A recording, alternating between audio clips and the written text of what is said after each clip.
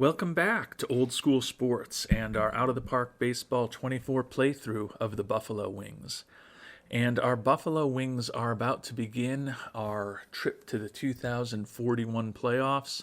It's going to mark our 14th consecutive season in the playoffs. Our Wings were 162 this year, won the National League East by 13 games over the Miami Marlins. This is a bit of a different situation for the Wings than some of the recent years. Last year in particular, when we set the Major League record with 118 wins, and in several previous seasons, we've had the best record in baseball and or the best record in the National League. And neither of those things are true this season. So although we will have home field advantage for this NLDS after winning the NL East for the ninth time in the past 10 years, we are potentially in a position where that would be our only playoff series where we would have home field advantage. But if two consecutive series without home field advantage is something that happens, we'd be happy for that to be the case, because that would mean that we would be beating the Padres in the NLCS and then off to the World Series to face one of the top teams from the American League. But we've got some work to do before that can potentially become a reality. And we'll talk briefly about the decisions we made with our playoff roster. As we usually do, we're going to go with 12 pitchers and 14 position players for the playoffs. With the days off, we usually get rid of one pitcher and add one position player. And the odd men out this year were the youngster Luis Palencia, who came up at the end of the year, put up a 4.15 ERA. And more notably, Nelson Davila, the Rule 5 pick, who had a 3.44 ERA for us with 57 strikeouts over 49 and 2/3 innings, spent the entire season on the Major League 26-man roster. But he is truly the odd man out of the 13 pitchers who were on our team most of the year. Moving to an additional position player means that we're actually going to add an outfielder when all was said and done. As far as our middle infielders, we've got Contreras, Andrus, and Whitehead all up. That does mean that the veteran Teagan Tiley, the Canadian former first-round draft pick of our team, is left off of the playoff roster. But we also decided that Tylen Hotaling, who only had 12 at-bats at the major league level and was 2 for 12, admittedly with 1 home run and 2 ribbies, is going to make the roster. The left-handed hitter, 25 years old, he's had only 16 major league at-bats over the past 2 seasons, but he's hit over 300 in Albany every year. We just haven't had room for him on the team. But he's a left-handed hitter who's pretty good against right-handed pitching, and think that he could be a very effective pinch hitter for us off the bench in a big spot is the hope. So Hotaling is kind of the extra guy who's going to make this 26-man playoff roster for us. No significant injuries at this point. One of our shortstops, Jim Andrus, is back from his injury. Our starting catcher for the second consecutive season is out for the playoffs. Mitch Houlihan tore an Achilles last August, and this August around, actually late July, he fractured his ankle, and he's still about 2 months away from recovering from that. So Houlihan is a very good offensive catcher. You can see he's hit 327, 299, and 315 over the last 3 seasons in the majors. He's also a well above average defensive catcher, but he does have a very tough time staying healthy, and unfortunately we will be without him for these playoffs. And moving to these playoffs, we've got an interesting matchup here. We mentioned that we won the NL East by 13 games over the Miami Marlins. And that happens to be who we'll be facing in the NLDS here. The Marlins swept the Cardinals. The Dodgers took out the Diamondbacks in the other National League Wild Card Series. And in the AL, the Tigers, in a rare playoff appearance, took out the Yankees, and the Twins took out the A's. So the Guardians will be hosting the Tigers, the Mariners hosting the Twins, Padres hosting the Dodgers, and our Buffalo Wings will be hosting the Miami Marlins in games 1 and 2 of these divisional series. And although we had one of the best balanced teams in our history in Buffalo this year, finishing 5th in runs scored, 1st in runs against in the National League on our way to those 100 wins, for some reason we were horrible against the Marlins, 4-9 against the Marlins this year. So as much as beating them by 13 games in the regular season would make me feel real good about this matchup, it seems like it could be a very difficult matchup for us because they owned us during the regular season, despite the fact that although they have a good pitching staff ranking 5th overall, they were 14th in the National League in runs scored. So they haven't generated a ton of offense over the course of the season. Our hope is that our great pitching staff will hold them down and that their pretty good pitching staff against our pretty good offense will kind of even out, and our pitching against their weaker hitting will make the difference. But it hasn't been that case over the course of the 13 games that we played this season. So although I feel like we're the better team on paper by virtue of having won 100 games, it seems like the Marlins have something on us. Fortunately, we are fully rested. Our ace, Alexis Barajas, who tied for the National League lead with 18 wins this year, struck out over 200 batters with a 2.87 ERA, will be on the mound for us going against Alfredo Villa. 29-year-old lefty was 11-7 with a 4.17 ERA for the Marlins this year.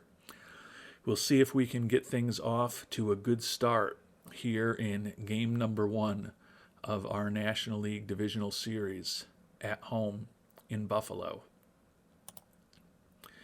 And we do get a 3-1 victory. Looks like Barajas outpitched Villa. Closer Joe Scott got his first save of the playoffs. Scored 2 in the first. They came back with a run in the 7th, and then we tacked on an insurance run in the 8th. Our catcher, Walt Miller, run-scoring single. And then the living legend, Deshaun Seifu, also a run-scoring single in the 2nd. So that was how we did our work here in the early innings to take that 2-0 lead. Was not a ton of offense in this game. Miami had 7 hits against our pitching to score the 1 run. We only had 5 hits. Seifu, Romero, Contreras, Velasco, and Walt Miller all had hits. Tylen Hotaling, who we were talking about, was used as a pinch hitter. Did make an out, but good to at least see our manager thinking about him pinch hitting for the light hitting catcher Jim Andrews and then replacing him with Whitehead. So that's exactly the way we'd want to play things, even though we're not playing these games out ourselves. Seifu and Elmquist with stolen bases. Barajas, 3 hits, 1 walk, 4 strikeouts over 6 2/3. A couple innings of solid relief from Nate Ruckel. And then Scott came on to get the final out in the top of the 9th as we take a 1-0 lead over the Marlins. You may remember at this point that after winning our 2nd World Championship in 3 years back in 2036, we've had 4 consecutive first-round exits in the playoffs. Last year we took a 2-0 lead hosting the NLDS against the Los Angeles Dodgers and still ended up losing that series as they came back and won games 3 and 4 in Los Angeles before taking game 5 in Buffalo. So although I'm very pleased that we won game 1, certainly not going to take anything for granted here. Alexis Mendoza, the former fourth-round draft pick, 11-8 this year with a 2.95 ERA, put up a 4.3 WAR for us on the mound. Great curve, good sinker, good fastball, and a changeup that he occasionally mixes in there. Right-hander on the mound for us. Right-hander Chris Longwell, a 24-year-old former first-round pick, 9-15 this year with a 4.34 ERA. The question with him at this point in his career is his control not as good as our scout thinks it can be. And that third pitch of his, the slider, to go with his excellent fastball and his excellent changeup, isn't quite completely developed, but we think he can be an extremely high-end pitcher. Let's hope, though, that the pitching matchup favors us a bit today. And we do get another win, 6-1, so we've held Miami to a total of 2 runs in those first 2 games in Buffalo. Mendoza outpitches Longwell. Ishmael Velasco, the young center fielder who should be a candidate for Rookie of the Year, hit a home run for us. 2 runs in the first, they came back with 1 in the third, and then we broke it open with 4 runs in the fourth. There was no scoring after that. 3-run homer by Velasco in the fourth was the big blow. Mike Broaden also had a 2-run single in the first, and then it looks like Jim Andrews, the light-hitting shortstop, had a RBI double for us also in the fourth. So a good start for us there. Velasco 2 for 4 with 3 ribbies. Broaden also a couple hits and a couple runs driven in. Mendoza 5 hits and 4 walks over 5 innings. So they definitely had runners on base, but he only allowed that 1 run. Farrell and Drawn each gave us 2 scoreless innings of relief. And once again, similar to last year, we've taken a 2-0 lead at home. We'll see if we can hopefully be more successful in Miami this year than we were in Los Angeles a year ago. And we are now in Miami for Game 3. I mentioned that the young outfielder Ishmael Velasco, who homered that big 3-run shot in Game 2, was a strong candidate for Rookie of the Year after hitting .315 with 26 homers and 73 ribbies. He's a guy who was our international free agent signing, or our top international free agent signing, more accurately, in 2034. Well, on the mound today, we're going to have a guy who we think could be a big competitor of Velasco's for Rookie of the Year, and that's the former second-round draft pick Jim Lance. 10-12 record this year is not incredibly impressive, but a 2.68 ERA with 177 strikeouts over 161 innings, only allowing 8 home runs, are some very impressive stats. His 5.1 WAR was the most of any of our starting pitchers this year. So feel real good with the rookie making his postseason debut today against the veteran right-hander, 28-year-old Jorge Figueroa. Figueroa 14-10 with a 3.43 ERA. Stuff is not exceptional, but really good movement and control. I think this could be a tougher matchup potentially for us than the first 2 games. I'm guessing Figueroa must have likely pitched in the wildcard series that they won 2-0. But still would think we've got a good shot with Lance on the mound. The hope is certainly to just get this series over today in Game 3 and get some rest. Looks like out west, the Padres and Dodgers are tied 1-1. So it would be great if we could sweep this series and have the team that will ultimately be facing potentially having to play a game or 2 more than we do. And we have mercifully finally gotten a series victory. 2036 was the last one when we won, as I mentioned, that second World Series. So it's been 5 years since this Buffalo Wings team won a postseason series. We got it done today, a 5-4 victory over the Marlins. Closer Joe Scott got the win, got a homer from Ben Elmquist. Taking a look at the box score, Marlins got on the board in the third with a run. We bounced right back with 4 in the fourth, but 2 in the eighth and 1 in the ninth allowed the Marlins to roar back in the late innings and tie us.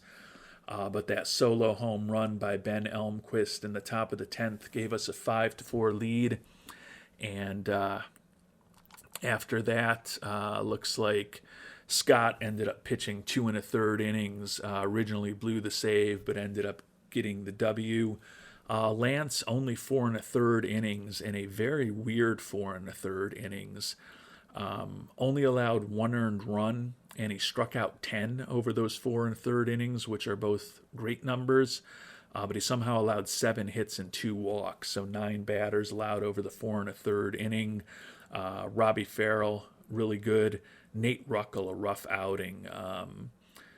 Ended up getting his second hold, but 5 hits and 2 walks with 2 earned runs over an inning and 2/3. So that was certainly not a vintage Nate Ruckel outing. Deshaun Seifu, the veteran, was our player of the game, 2 for 4 with 3 ribbies for Mr. Seifu. Elmquist, as we mentioned, and the young second baseman Contreras also drove in runs for us. So a big performance for us. It looks like a bases clearing triple for Seifu was the big blow. And Mike Broaden, who was 2 for 4 today with a run scored, ended up being named the MVP of the National League Division Series. So we are on to the NLCS, where we'll be facing the Padres, who were the NL West champions with the best record in the National League, or the Dodgers, who, as we talked about, took us out of the playoffs a year ago. And we will not get a chance at the NL West winning Padres in the National League Championship Series this year, but we will get the opportunity to try to get some revenge on the Dodgers, who, as I mentioned, took us out of the playoffs a year ago. And honestly, these divisional series went as incredibly well as they possibly could for us, because I was talking at the beginning of the episode about the fact that although we won 100 games and won the National League East, we didn't have the best record in the National League, as the Padres won 105 games, and we didn't have the best record in baseball, as the Guardians won 108 and the Mariners won 107 to win the AL East and the AL West, respectively. But all 3 of those other 100-win teams lost in the divisional round of the playoffs. So we now are in a situation where we're going to have home field advantage for as long as this team survives. So we've, through some good fortune, perhaps put ourselves into a position where we're probably the favorite at this point. We're the only 100-win team left. We are an experienced playoff performer, despite the fact that we've been disappointing in the playoffs for 4 straight years until this season. And at this point, we had the best regular season of any team that's still around, and we're the only division winner left. So we are the favorites at this point. We're going to be going up against the Dodgers, who, as I mentioned, won 3 in a row against us in the NLDS last year after we jumped out to a 2-0 lead. And they continued to own us, taking 2 out of 3 against us in the one series we faced them this year. But on paper, we still look like we should be better. Dodgers were 9th in the NL in runs scored. We were 5th with 30 more runs scored this season, and the Dodgers were 4th in the NL in runs against. We were 1st in the NL in runs against with 48 fewer runs allowed than the Dodgers did. So they were 89 and 73, 11 games worse than us this year. And we are the favorites. We've got our ace, Barajas, on the mound, fully rested after the Game 1 victory in the first round against the Marlins, and we'll be going up against a big-time pitcher, Harlan Campeau. You may remember we looked at him on the free agent market a couple of years ago. We looked at him longingly. He was never a guy that we were going to be able to afford, making $28 million a year this year with the Dodgers, and he's going to be making over $30 million for the next 3 to 4 years with them after signing a 7-year contract for over $213 million with them a couple years ago. Was 22-6 for them a year ago. This year the record dipped to 10-9, but he still struck out 245 batters in 187 and 2/3 innings, put up a 4.8 WAR. Wasn't the greatest season of his impressive career, but still certainly would think that on paper at least, although we are the home team, which works in our favor, just about any pitching matchup that Harlan Campeau is involved in, his team is going to be favored. And on paper, it certainly looks like, as much as we love Barajas and as great a year as Barajas had for us, on paper or on the computer screen, the Dodgers have the better pitcher in today's outing. But that doesn't guarantee victory. We'll see what happens. And the Dodgers do get a win today. It looks like they got into the bullpen, and our stopper, Ruckel, with the loss after he had some rough outings in the divisional series. So the Dodgers beat us 4-3 in extra innings. We scored runs in the first and the second to take a 2-0 lead, added a run in the fifth to take a 3-0 lead. They came back with 2 in the sixth and 1 in the seventh to tie it. And then a run-scoring triple for Lawal in the top of the 10th, and they ended up shutting us down. We did get 10 hits today, 3 from Deshaun Seifu and 2 from Daniel Rojas, our big free agent acquisition, who we hope will be productive for us at some point in these playoffs, counting on him to hit some home runs for us. Barajas was good, 5 hits, no walks, 7 strikeouts over 6 innings, allowing 2 earned runs. Hainsworth blew the save, and then Ruckel with 3 innings pitched, 34 pitches. He's got a lot of durability, but a little surprised that we tried to stretch him that long. We scored 3 runs in 6 1/3 innings against Campeau and got 9 hits off of him. But Bloomquist ends up getting the W with 3 innings of 1-hit relief for the Dodgers. May come back and view this as one that we regret not winning, depending on how this series goes. Knew it was going to be a tough matchup against Campeau, but the fact that we had a 3-0 lead against him and our great bullpen couldn't hold that lead is certainly disappointing.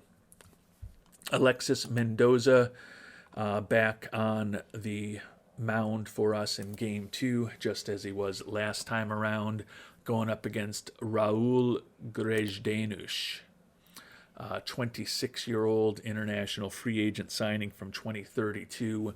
Another pitcher for the Dodgers with an excellent profile, 12-6 this year with a 3.14 ERA, a 2.27 Sierra, well over a strikeout per inning. Once again, as much as we love our pitching staff, you could certainly argue that even though we are at home today, the Dodgers are going to have the better starting pitcher on the mound. Hopefully we'll be able to salvage one game at home here in Game 2. And we do get a 7-4 victory behind a raucous Solon Field crowd. Bastillos hits his second homer of the series for the Dodgers.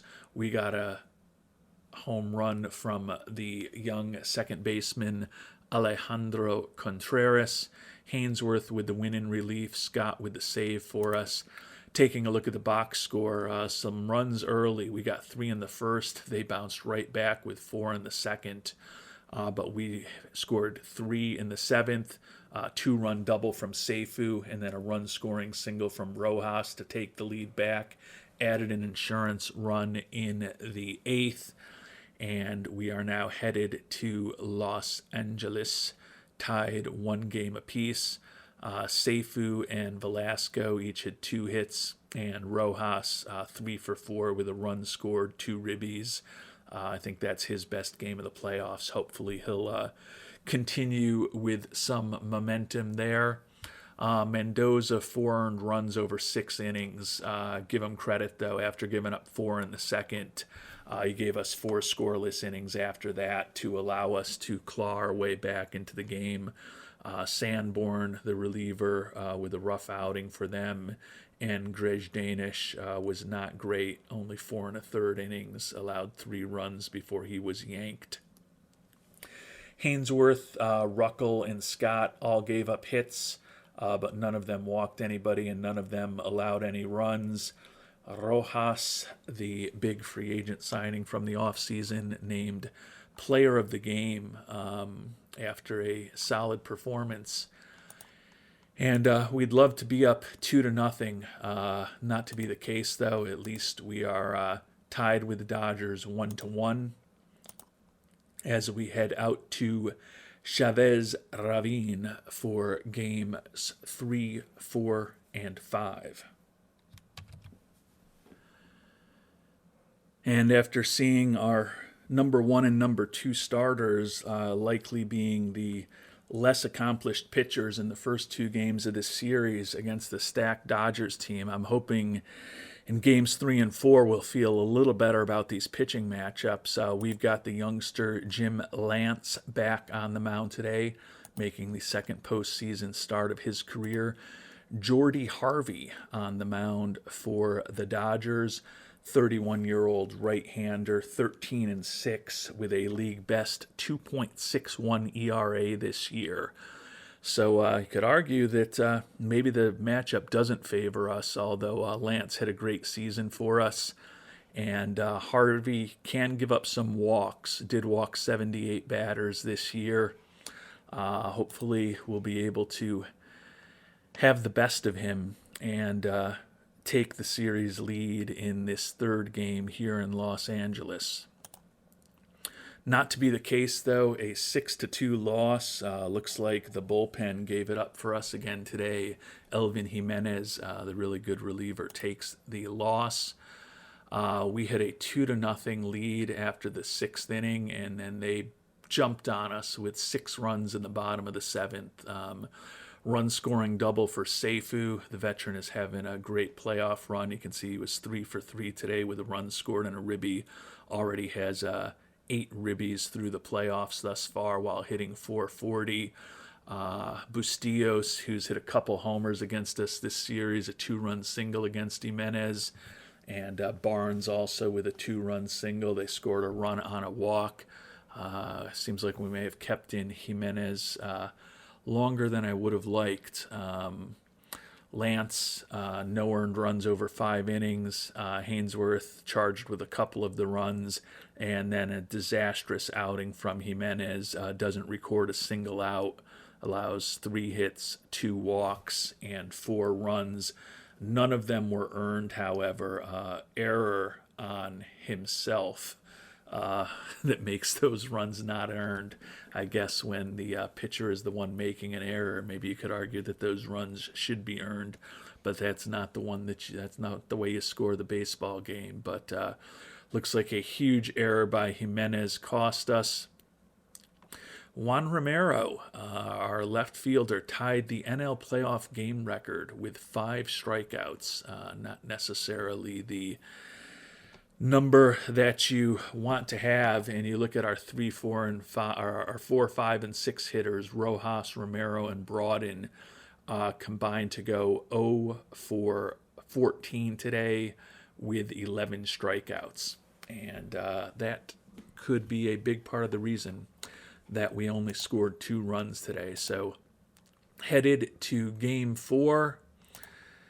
And the crop of international amateur free agents is available. I'm not even going to think about them until we get through this series.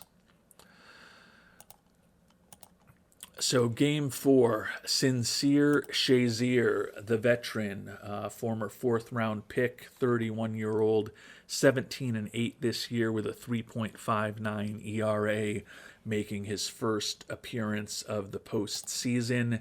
And we're going to be counting on him to try to get us back into this series. He's going against the left-hander Ricky Foss, 31-year-old, split the year between AAA Oklahoma City and the majors. I'm assuming that was a rehab assignment. He may have been injured to start the year. 2-5 record with a 4.10 ERA over just 37 and a third innings. Only pitched 13 games at the major league level, and only 6 of them were starts. Guessing there were some injury issues this year. Yeah, had a ruptured tendon, which kept him out for 4 months, and then a finger blister when he came back in September. But the left-hander does seem like he is healthy now. Going to need a big performance from Sincere Shazier here to hopefully, at the very least, guarantee that we'll be heading back to Buffalo regardless of what happens in Game 5. And he did do the job, although Scott got the win in relief. Juan Romero with 2 home runs for us today, get the 4-3 victory. Another game that went into extra innings. The Dodgers with 2 in the first. We were 2 in the second. 2-run home run from Romero. Added a run in the third. They tied it up in the 6th.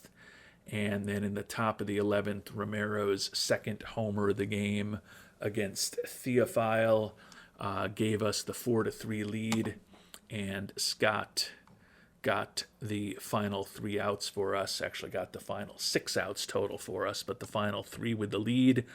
Shazier didn't have his best stuff. 9 hits and 2 walks over 5 innings. Kept things okay, though, allowing 3 runs, which is exactly what their starter Foss allowed. And then after that, we got 6 scoreless innings, allowing just 4 runs out of our bullpen. Hainsworth, Jimenez, Ruckel, and Scott, those are our top 4 relievers. So we like the way the manager played that for us. And got the run off of Theophile with the home run from Romero in the top of the 11th. So that puts us in a position to play a pivotal Game 5, and this is going to be the tough pitching matchup for us that we had in Game 1.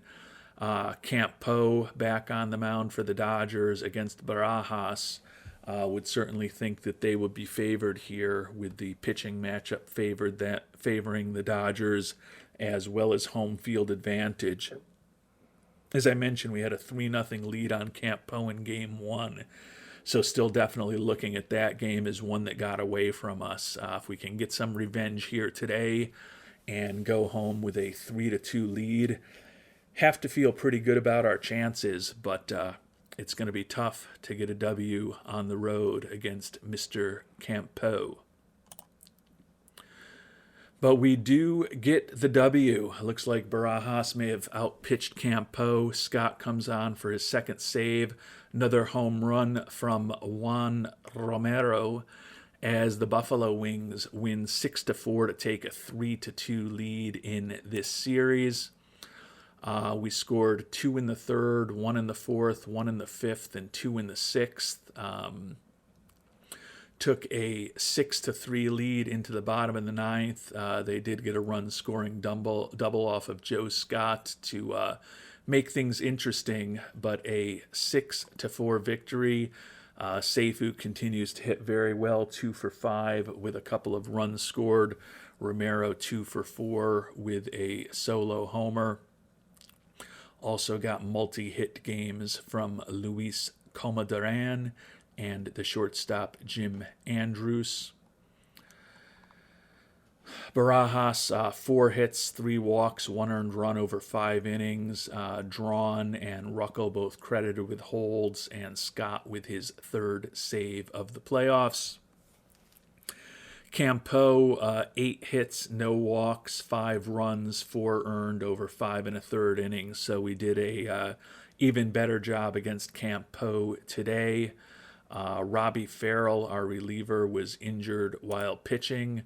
Mild hamstring strain that's going to impact his running, so it doesn't look like that's going to be a big factor, hopefully. He did give up 2 runs in the inning that he pitched, so he certainly was not particularly effective.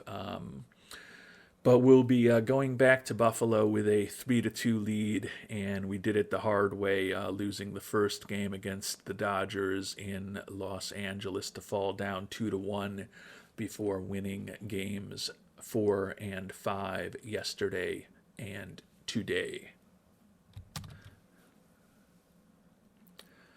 So we know the Dodgers have a good pitching staff.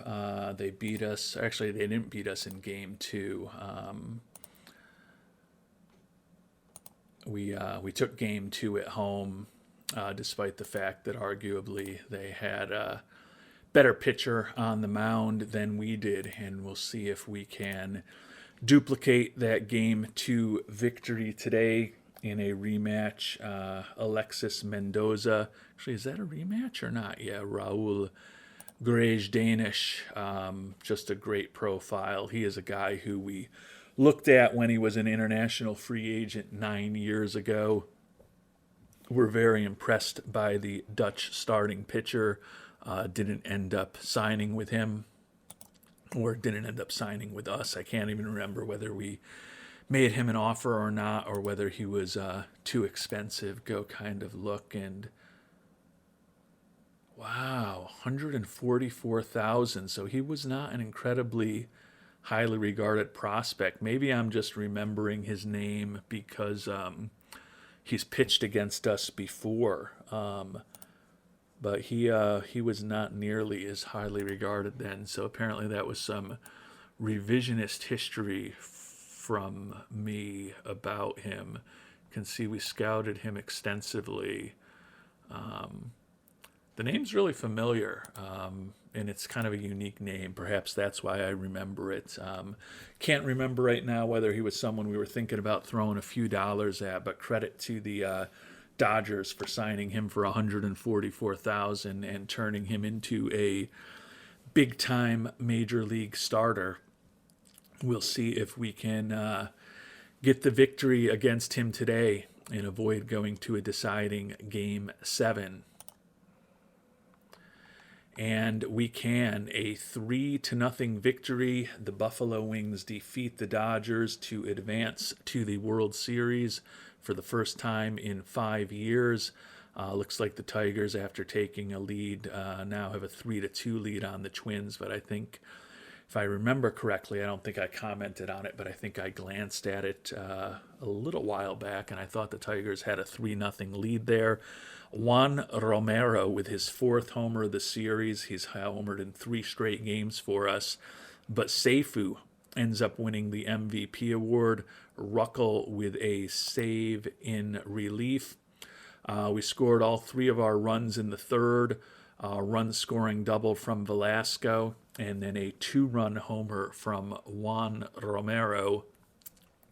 Seifu 1 for 4 with a run scored. Romero 2 for 4 with a run scored and 2 ribbies.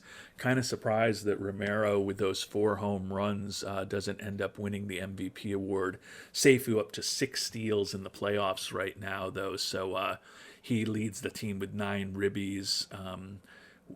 Those 6 steals clearly leading the team, and I'm assuming he probably leads the team in runs scored as well. Mendoza, 3 hits and 4 walks over 5 innings. Hainsworth, Jimenez, and then 2 innings from Ruckel. Didn't even go to our closer, which was an interesting choice by our manager. But Ruckel looked like he was dealing pretty well. 1 hit, 1 walk, and 3 strikeouts over the 2 innings he pitched to earn the save. And our Buffalo Wings are on to the World Series. Just a matter of whether we'll be facing the Tigers or the Twins, and we will have home field advantage. Taking a look, Seifu was 12 for 27, 5 ribbies, 444 batting average in the playoffs. Romero, though, 280, 4 homers, 7 ribbies. Pretty impressive series from him as well. But Mr. Seifu, hopefully the future Hall of Famer, he was a 2031 Divisional Series MVP, 2035 Divisional Series MVP, and now here in 2041, the veteran is the National League Championship Series MVP for the first time in his long and storied career. And we will be facing off in the 2041 World Series against the Detroit Tigers. And the Wild Card Tigers have had an impressive run through the playoffs. They've gone to a deciding game in every series, won the deciding Game 3 in the Wild Card Series against the Yankees, won the deciding Game 5 in the Divisional Series against the Guardians, and they won the deciding Game 7 in the ALCS against the Twins. So the Tigers are certainly a battle-tested team at this point. We will have the home field advantage on them in this battle of a couple of teams in the Great Lakes region of the United States. Our ace, Alexis Barajas, back on the mound for us. He'll be going up against Mike McElwain, 24-year-old, was a first-round pick in 2035, and he looks like a real good one. He is a fragile pitcher in terms of his health, but 16-8 this year with a 2.42 ERA, over a strikeout per inning, plus well above average stuff, excellent movement on his pitches, ground ball tendencies, decent control, and excellent fastball, sinker, and cutter in his 3-pitch arsenal. We had mentioned that in our first 2 series against the Marlins and the Dodgers, both of those teams had taken the series against us during the regular season, and we happened to beat them in the NLDS and the NLCS. A little bit of a different situation here because we did take the season series against Detroit, won the 1 series. We had 2 games out of 3. So hopefully that trend of whichever team won the season series during the regular season, losing in the playoffs, will not continue for us in this 2041 World Series. A couple of good offenses here. The Tigers 4th in the American League in runs scored. We, of course, were 5th in the National League. They had a middle-of-the-pack pitching staff tied for 7th with 688 runs allowed. We were 1st in the National League with 574 runs against. So on paper, we should be the favorites, but once again, similar to that Los Angeles series, we are going up against a very highly regarded pitcher at home here in game number 1. There was a part of me that wanted to turn this series into a cliffhanger and have the World Series be in a separate episode. I have, since the end of the NLCS, done some initial scouting on the international amateur free agents and ran our camp, so we've done that offline. Part of me thinks I should put the game away for the evening and make you wait along with me for at least one more day to find out what happened in this World Series, but I've noticed that our viewer statistics have been dwindling over the last few weeks. I'm guessing it's probably just people busy with getting ready for the holidays and participating in the holidays. Could also be people just getting bored with the series and with my sometimes monotonous voice. But those of you who are loyally still watching or listening to me here, I can't make you wait for another day. and I don't want to wait for another day, so we're going to jump right into this World Series right now. No cliffhanger, even though that's probably the way to build a more suspenseful story and perhaps even build more of a following on YouTube. It's not really about the following on the YouTube for me. I do enjoy the interaction with the viewers and appreciate all of you and your comments, but it's mostly about me just playing these games and enjoying the fact that some of you like to watch the voyage that I am on alongside me, and I do appreciate that. So we are going to throw the first pitch of the World Series right now. McIlwain against Barajas. Would love to jump out to a 1-0 lead over Detroit here at home. And we do get a win, 7-4. Juan Romero remains red hot, homering for a 4th consecutive game. Number 5 starter, Eric Barbarito, haven't said his name in these playoffs. I don't know if he's pitched yet, but he got the win in relief. McIlwain took the loss. Ruckel with a save. Taking a look at the box score, both teams scored in the first and both teams scored in the third, but the end result was that we had a 5-3 lead after 3 innings. Also, both scored in the 6th, so we took a 6-4 lead into the late innings of the game, added an insurance run in the 8th. 2-run single from Broaden in the bottom of the 1st, and a 3-run homer from Romero in the 3rd were the big blows for us. Seifu, after his MVP NLCS, was 0 for 5. But 3 hits from Velasco, Coma Duran, and Broaden. 2 hits from Rojas, and the big blow from Romero, who's homered for a 4th consecutive game. 5 homers overall over those 4 games. Hope he can remain hot.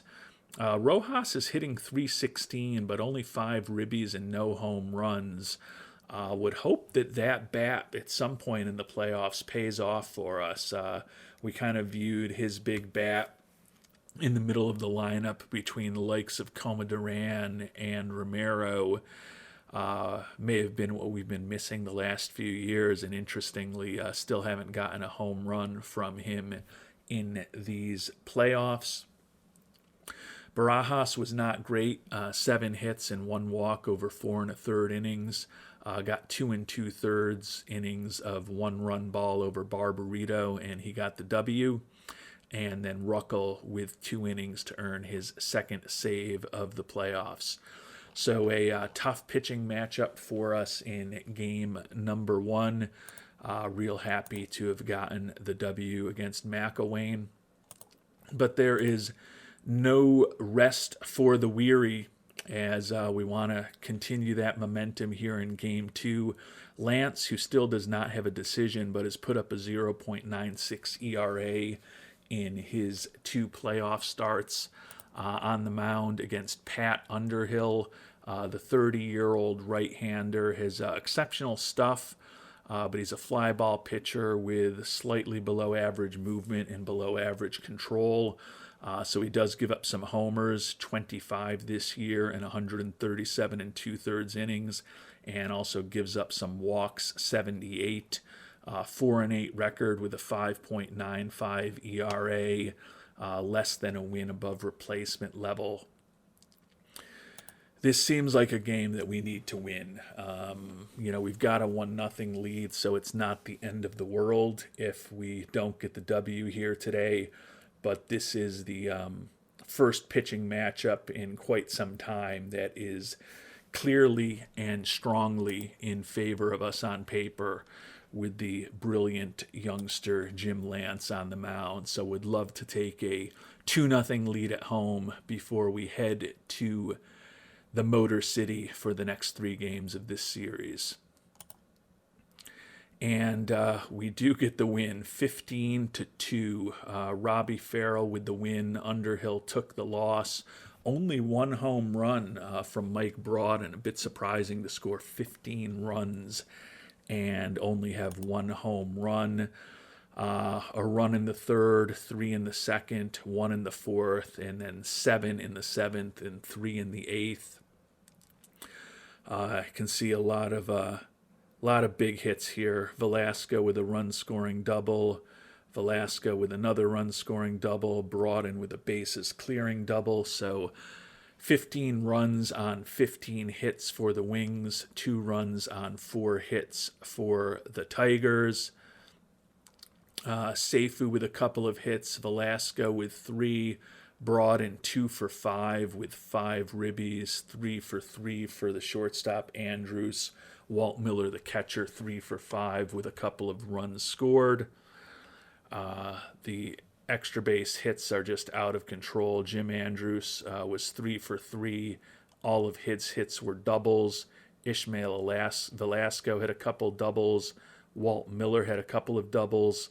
And then Broaden also a double in addition to the home run. Seifu with his 7th steal of the playoffs. Lance was not great. 3 hits, 2 walks, 2 earned runs over 4 2/3 innings. Didn't get the 5 innings needed to get the W, which is why Farrell got it in relief. And the lefty Sean Drawn, who we picked up off of the waiver wire at the start of this inning, was perfect over the final 2 innings with 3 strikeouts. Andrews ties the NL playoff game record for doubles with 3. He was also injured while running the bases, though, day-to-day with a sore thumb, and got a day off tomorrow, so hopefully that will not have a big impact. But the World Series is off to as good a start as we could hope, with a 2-0 series lead before heading to Detroit. So now, although we'd certainly love to win this series in Detroit, the minimal goal is just to win one of the next 3 games and ensure that at the very least we're heading back to Buffalo with a 3-2 lead if we can't get luckier than that and win things here in Detroit. Number 3 starter, Alexis Mendoza, 2-0 with a 2.81 ERA on the mound for us. Chris Newell, who's 1-1 with a 2.27 ERA in the playoffs, on the mound at home for Detroit. Newell, a 25-year-old, was the number 10 pick overall in 2037. He's durable out of Southern Arkansas, has out-of-this-world stuff with a incredible fastball and an excellent changeup and sinker, as well as a good slider. 12-10 with a 3.43 ERA, a ridiculous 271 strikeouts, and a league best 65.6% quality start percentage this year. So this, unlike the matchup in the previous game with Underhill and Lance, looks like a pretty even pitching matchup. We ended up moving up our number 3 starter, Lance, to Game 2 because Mendoza had pitched in Game 6, the clinching game against the Dodgers. So he pushed back to game number 3 here today. And the Tigers get some revenge on us, 9-2. We did get a homer from Alejandro Contreras, the only homer of the game, but looks like that was a rough outing for us. The Tigers, 2 in the second and 4 in the third to take a 6-0 lead, and we didn't put up much of a struggle after that. A couple of hits from Seifu, a couple of hits from Contreras, and Rojas with the only other hit of the day for us. A little surprising that Coma Duran and Rojas here well into our 3rd series of the playoffs combined for no home runs and fewer ribbies between the 2 of them than either Seifu, Velasco, Romero, or Broaden. So would hope that those 2 bats in the middle of our lineup can eventually break out. Seifu with his 8th stolen base of this playoff series, but a rough outing for Mendoza, and Espinoza and Drawn gave up runs as well. Their first baseman, Dan Mathiowicz, was injured while running the bases. He hit 277 with 32 doubles, 13 homers, and 60 ribbies this year. Wonder what's going to happen with him. But that is not our concern. As I mentioned, our concern is to ensure that we win at least one of these games in Detroit. Lost the opportunity in game number 3. Sincere Shazier, the veteran righty, on the mound for us today in game 4 in Detroit. Chris Lenig, a 4-time Cy Young Award winner, the 34-year-old, 6-12 this year with a 4.77 ERA. He was a longtime ace of Seattle. We talked about on many occasions. Looks like he led the American League in wins 4 out of 5 years. And those, he also won his 4 of 5 Cy Young Awards in that same period. They weren't all of the same years. Led the league in ERA twice, innings pitched twice. Had a really nice career, 34, almost 35 years old. He's fragile physically at this point. Doesn't have the same pitching profile that he used to have, but certainly a big-time veteran pitcher who's pitched in many playoff appearances in the past. 2038, he won a World Series. That was his final year in Seattle when he won 20-5 with a 2.39 ERA and won his 4th Cy Young Award. Looks like he signed a big money contract, making $37 million this year with Detroit after that. So a great pitcher on the mound against us, very accomplished, but Sincere Shazier has had a nice career for us. Let's see if Shazier can help get us to a 3-1 lead in the series. Not to be the case. Tigers have evened things up, 9-6 victory today. Another homer for us, Ishmael Velasco. The Tigers haven't hit a homer over the last 3 games. We've out-homered them 4-1, but the important stat is that the series is tied 2 games apiece. A run in the 6th and 6 in the 2nd for the Tigers, so very similar to the previous game in the series where they took a big lead on us. We were down 9-6 in the top of the 8th. Luis Comaduran was up with the bases loaded, and he flied out. That ended our hopes of the comeback. So things have gotten interesting. The World Series is now a 3-game series. A rough outing from Shazier. 6 hits, 1 walk, 7 earned runs over an inning and a third. Didn't really matter after that. Drawn, Espinoza, and Ruckel with scoreless relief for us. Barbarito gave up a couple more runs. I guess the only positive thing is that outside of Ruckel, we didn't use any of our big-time starters today. So hopefully we can come back. And I mentioned not all that long ago that our primary goal was to just get 1 game in Detroit and ensure that we headed back to Buffalo with a series lead. We can still do that. But we're going to do it the hard way if we do, after losing these first 2, Barajas and McElwain, a rematch of that highly regarded pitching matchup from game number 1 here in game number 4, and a 1-0 win for the Buffalo Wings in game number 5. Velasco with the home run. Looks like that may have been an extra inning game. No, not an extra inning game, but Velasco, a solo home run in the top of the 9th for the only run of the game. So this was the incredible pitching matchup that you would have hoped between Barajas and McElwain. McElwain, 6 strikeouts, no earned runs allowed over 5 1/3. Barajas, 6 strikeouts, no earned runs allowed over 6. Hainsworth and Ruckel combined for 3 innings of 1-hit scoreless relief. Ruckel gets the W. Barajas named the player of the game on the big blow, the 5th and final hit of the day for the Buffalo Wings was the homer by the rookie Ishmael Velasco. And what that means is that the other rookie, Jim Lance, may get an opportunity to be on the mound and perhaps clinch the World Series for us in game number 6. So we're headed back to Buffalo with a 3-2 lead that we hoped we would achieve as a minimum. Did it the hardest way possible, waiting until game 5 to do it and being outscored by 18-8 in those first 2 games. So our Buffalo Wings are 1 win away from a 3rd World Championship.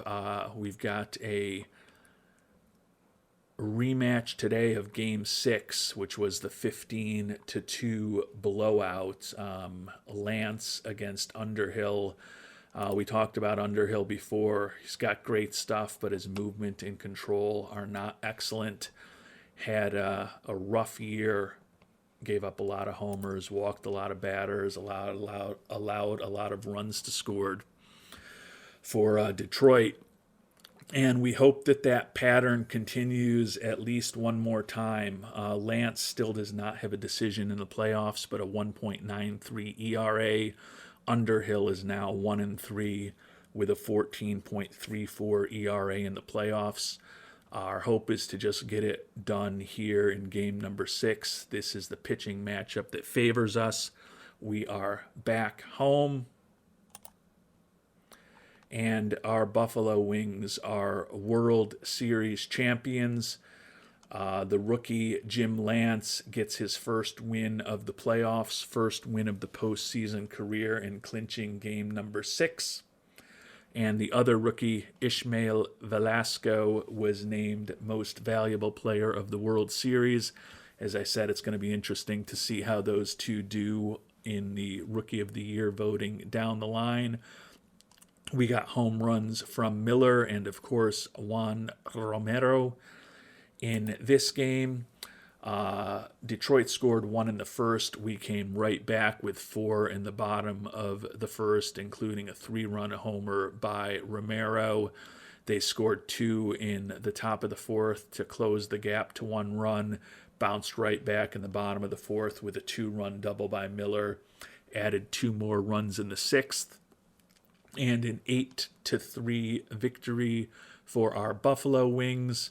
Seifu 2 for 5, hit .358 in the playoffs, drove in 12 runs. Velasco, although he was 0 for 4 today, still the MVP of the series, finishes the playoffs with 3 homers and 15 ribbies. As I mentioned, Coma Duran and Rojas are 3 and 4 hitters against right-handed pitching. No home runs combined. Coma Duran, 26 homers and 84 ribbies in the regular season. Rojas, 36 homers and 91 ribbies in the regular season. And those two players combined for no home runs in the playoffs. Romero, only a .220 hitter, but 6 home runs and 15 ribbies across the playoff run. Walt Miller, who we picked up right before the trade deadline, conceptually, he was going to be our backup catcher, but by the time we actually picked him up, Mr. Houlihan was injured for the year, so Miller, who was our starting catcher several years ago, stepped back into that role. 4 ribbies today in the World Series clinching game. Miller, and that's his first I was going to say, I thought he won a World Series with us. He hasn't gotten the award yet because we haven't moved the day yet. But he was a member of our last World Series squad in 2036, and now he is a member of our most recent World Series winning squad here in 2041. Jim Lance, 5 hits, 1 walk, 8 strikeouts, 3 earned runs over 5 1/3 innings.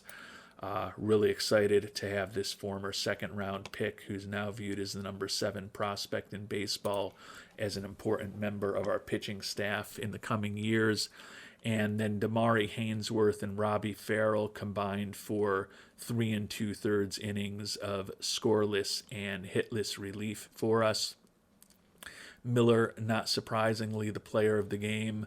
Underhill, perhaps not surprisingly, a rough outing, went just 1/3 of an inning, allowing 3 hits and a walk, 4 earned runs, including a home run. And our Buffalo Wings are your 2041 World Series champions. First World Series title for us since 2036. So, although there are many familiar names among our pitching staff and even some familiar names among our everyday players, most notably Deshaun Seifu, being 5 years since the last title, it is certainly a different crew than the one that won in 2036. But our Buffalo Wings took out the Marlins 3-0, took out the Dodgers 4-2 in the NLCS, and then took out the Tigers here 4-2 in the 2041 World Series. So never faced an elimination game. And the Buffalo Wings are world champions for the third time in their history, after a 162 regular season. That divisional series round where the other 3 divisional champions and the other 300-win teams were all knocked out certainly worked in our favor. Sometimes better to be lucky than good. As it says right here, sometimes the winner is the one who got the lucky bounces and the lucky calls, and sometimes the winner is just the one who played better. Not sure what the media thinks it is for Buffalo, but we'll say that we are the team that played better, say that we were the better team on the field. The playoffs are complete, the World Series is complete, and our Buffalo Wings are once again the champions of Major League Baseball. If you've made it this far, thanks so much for watching. Relief to finally get things right in the playoffs with this team after some struggles in recent years. It's kind of interesting that the $120 million man, Mr. Rojas, didn't hit a home run for us in the playoffs, but we still definitely finally got things done right this year. Going to be an interesting offseason coming up. We're going to have some interesting decisions to make on players, but we'll talk about all of that in the next few episodes. First, we'll do our season recap. In the next episode, start planning out the offseason.